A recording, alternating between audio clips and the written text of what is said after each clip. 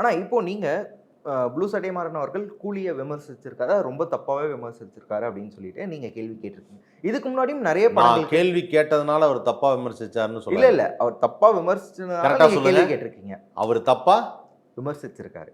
தப்பா கரெக்டா? இல்ல, ஒரு சில அதனால விஷயங்கள் நான் கேள்வி கேட்டிருக்கேன். இல்ல ஒரு சில விஷயங்கள் அவர் கரெக்டாவும் சொல்லியிருக்காரு. என்ன கரெக்டா சொன்னாரு?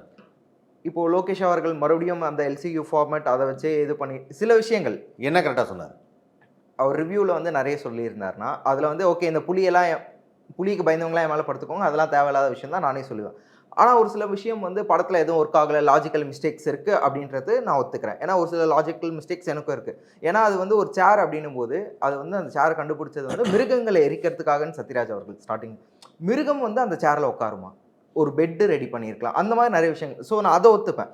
ஆனால் ஒரு சில விஷயங்கள் நான் ஒத்துக்கல. ஆனால் கூலி படத்துக்கு ஒரு விமர்சனம் வந்து உங்களுக்கு ஏற்றுக்க முடியல அப்படின்னும் போது நீங்கள் அவரை கேள்வி கேட்குறீங்க. இதுக்கு முன்னாடி கேட்டிருக்கீங்களான்னு கேட்குறேன். ஏன்னா இப்போ நீங்களே சொன்னீங்க கோட்லாம் உங்க வரைக்கும் பாயிண்ட்டுக்கே வரேன். ஏன்னா நீங்க எங்க ஆரம்பிச்சீங்களோ அங்க தான் வரணும்.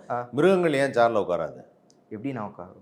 என்னப்பா அது? உங்க வீட்டுல வளர்க்குற செல்ல பிராணியா நாயை கரெக்டா சேர்ல உட்கார கரெக்டா அந்த ஆம்ரெஸ்டர்லாம் வச்சு அதுக்கு சொல்றேன் நான். ஆம்ரெஸ்ட் மிருகங்கள் எரிக்கும் போது அந்த படத்துல இருக்காதே. இருந்தது. இல்லையே. இருந்ததுனா நீ அந்த சேரை பார்க்கலையே. பார்த்தேன். நீ பாரு. நான் பார்த்தேனா? இல்ல நீ பாருங்கற, நீ திருப்பி பாரு. 2 பேருக்கு சேலஞ்ச் வச்சுப்போம்.